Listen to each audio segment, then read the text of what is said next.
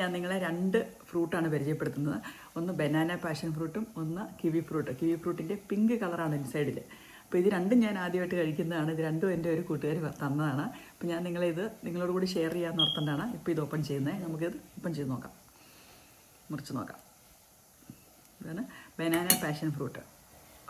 ഇത് കണ്ടോ, passion fruit തന്നെ പോലെ തന്നെ ഉണ്ട് കേട്ടോ.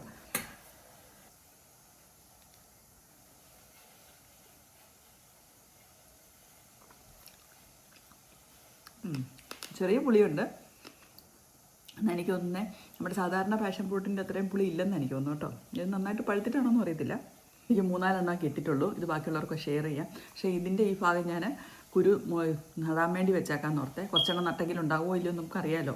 അടുത്ത വർഷം നമുക്ക് തൈയായി കിട്ടുവാണെങ്കിലേ നമുക്കത് നടാമല്ലോ. അപ്പോൾ ഇത് ഞാൻ വെച്ചേക്കാൻ പോവുകയാണേ. ഇച്ചിരി കഴിക്കാമല്ലേ, കൊതി വരുന്നു. ഇനി അടുത്തതായി കാണിക്കുന്നത് കിവി ഫ്രൂട്ടാണ്. കിവി ഫ്രൂട്ടിൻ്റെ പിങ്ക് കിവി ഫ്രൂട്ടാണെന്നാണ് പറഞ്ഞത്. അപ്പോൾ നമുക്കിത് മുറിച്ച് നോക്കാം. ഇത് നിങ്ങൾ കണ്ടിട്ടുണ്ടോ ഇങ്ങനെ കിവി ഫ്രൂട്ട്? ഇല്ലല്ലോ. അപ്പോൾ ഇതാണ് പിങ്ക് കിവി ഫ്രൂട്ട്. ഈ പിങ്ക് കിവി ഫ്രൂട്ട് ഇപ്പം സൂപ്പർ മാർക്കറ്റിലുണ്ടെന്നാണ് കേട്ടോ. ന്യൂസിലൻഡിൽ നിന്നാണ് ഞാൻ പറയുന്നത്. ന്യൂസിലൻഡിൽ ഇപ്പോൾ ഇത് സൂപ്പർ മാർക്കറ്റിലുണ്ട്. അപ്പോൾ സൂപ്പർ മാർക്കറ്റിൽ നിന്ന് കിട്ടിയതാണിത്. എസ്പ്രി വിറ്റ എന്ന് പറയുന്ന കമ്പനിയാണ് ഇത് ചെയ്തിരിക്കുന്നത്. ഇത് റൂബി റെഡ് എന്ന് എഴുതിയിട്ടുണ്ട്. അപ്പം ഇതാണ് pink kiwi fruit, red kiwi fruit, അല്ലെ റൂബി റെഡ് കിവി ഫ്രൂട്ട്. ഇത് നമുക്കൊന്ന് കഴിച്ച് നോക്കാം, ഇതിൻ്റെ ടേസ്റ്റൊക്കെ എങ്ങനെ ഉണ്ടെന്നേ.